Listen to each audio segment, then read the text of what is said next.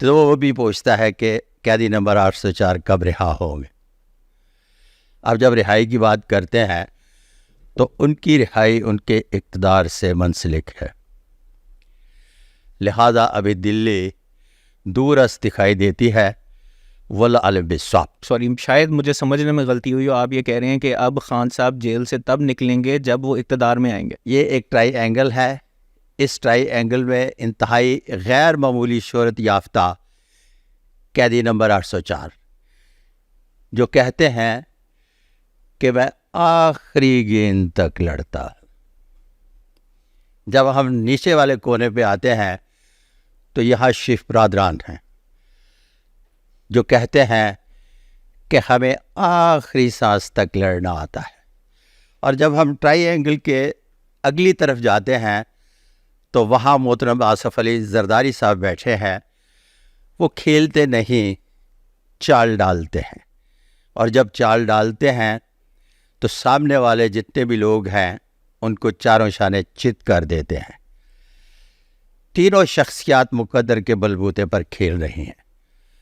اب جب تینوں شخصیات کے مقدر کا متقابلی جائزہ لیتے ہیں تو قیدی نمبر 804 کے ہاتھ پر جو مقدر کی لکیر پائی جاتی ہے وہ تھوڑی سی بکھری ہوئی ہے، جو ابھی کافی عرصہ پہلے جب ہم پی ٹی وی دیکھا کرتے تھے تو ایک سلائیڈ آتی تھی کہ انتظار کیجئے، ابھی پی ٹی آئی والوں کو انتظار کرنا پڑے گا.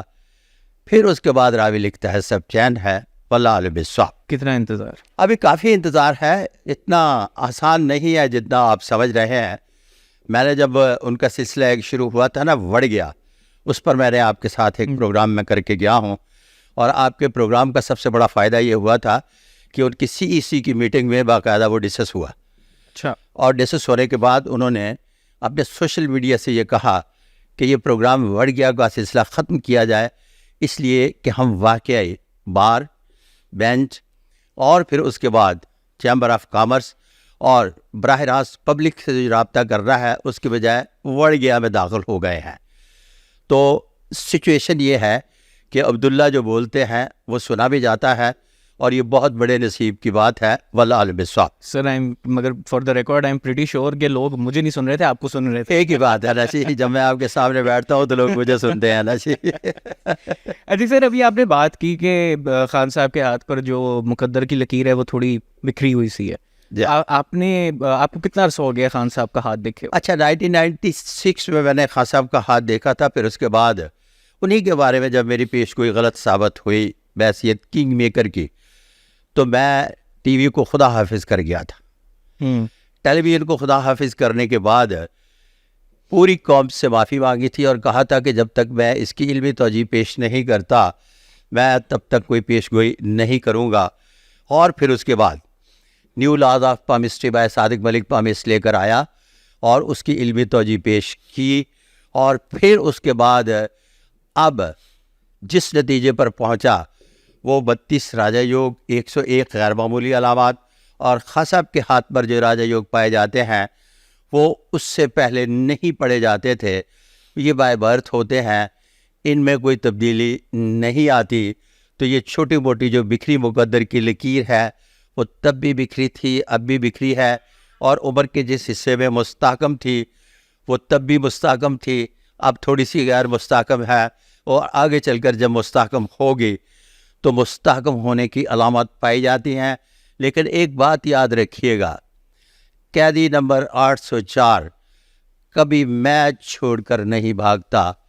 یہ میں بھی کہتا ہوں کیونکہ ان کے ہاتھ پر سارے کے سارے ابھار نمایاں، اور پھر اس کے بعد موٹ آف جوپیٹر پر راجہ یوگ کی بھی علامات پائی جاتی ہے. واللہ عالم بالصواب. اچھا سر، خان صاحب کی بات ہم کر ہی رہے ہیں اور ہم اتنی ڈیٹیل میں جا رہے ہیں، تو سب سے ریسنٹ جو ایک ٹربل دیکھا جائے خان صاحب کے لیے آیا وہ تھا عدت کیس میں ان کی جو پٹیشن ریجیکٹ ہو گئی. اس کو آپ کیسے دیکھتے ہیں؟ سوری، ایک چیز میں اس میں ایڈ کرنا چاہوں گا، گیون دا فیکٹ کہ آپ بشرا بی بی اور خاور مانیکا سے ریلیٹڈ بھی کچھ چیزیں ہمارے پچھلے ایک شو میں کہہ چکے ہیں. اچھا، اس طرح سے ہے کہ خاور مانیکا سے بھی بشرا بی بی کی شادی سے پہلے ملاقات ہوئی، بشرا بی بی سے بھی شادی سے پہلے ملاقات ہوئی. اس دفعہ جب پاکستان کے تمام پیشین گو حضرات کہ یہ وعدہ معاف گواہ بن جائیں گی، ان کو ڈائیورس ہوگی، ریچ لا لئی. تو چونکہ پھر اس کے بعد میرے پاس خان صاحب کے اور ان کے ہینڈ پرنٹ تھے، تو میں نے کہا کہ اب کہ وہ وفا کریں گی، اور وہ وفا کر رہی ہیں. نمبر 1.